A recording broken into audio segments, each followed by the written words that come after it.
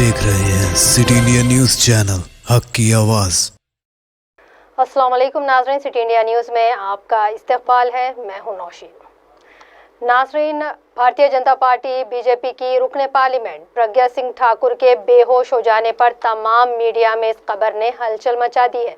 बताया जाता है कि भोपाल में श्यामा प्रसाद मुखर्जी की बरसी के मौके पर मुनक़िदा एक तकरीब के दौरान कुछ वक्त के लिए प्रज्ञा सिंह ठाकुर बेहोश हो गई थी। अचानक ही इनके बेहोश हो जाने से कई लीडरान, जिसमें चीफ मिनिस्टर शिवराज सिंह चौहान और अरकान असेंबली भी इस तकरीब में मौजूद थे, परेशान हो गए।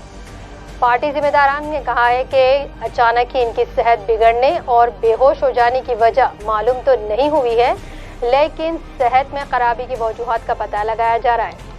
मार्च में ही लॉकडाउन की शुरुआत के बाद से ही इनका इलाज दिल्ली में चल रहा था। प्रज्ञा हालिया अरसे में आंखों में तकलीफ की वजह से वो कई दिनों तक दिल्ली के अस्पताल में ज़ेरे इलाज थी और कुछ दिन कबल ही इन्होंने इनकी सेहत के खराब होने और बीमारियों में मुब्तला होने पर कांग्रेस पार्टी को इसका जिम्मेदार ठहराया है। यहाँ आपको बता दें कि तकरीब में शिरकत के लिए मंगल की सुबह प्रज्ञा बीजेपी दफ्तर पहुंची थी। तकरीब के आगाज़ पर वो हशाश बशाश दिखाई दे रही थी और सबसे घुल मिलकर बातें भी कर रही थी। अचानक ही कुछ साथियों ने देखा कि वो नीम बेहोशी के आलम में आ गई हैं।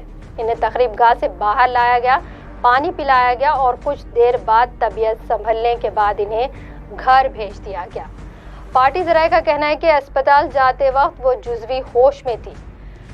नाज़रीन, यहाँ हम आपको बताते हैं कि मालीगांव बम धमाके में प्रज्ञा सिंह ठाकुर मुल्जिम हैं। इस धमाके के बाद मुल्क में हिंदू मुसलमान के फसादात भड़क उठे थे और कई लोगों का जानी व माली नुकसान हुआ था और इस केस की सुनवाई भी जारी है।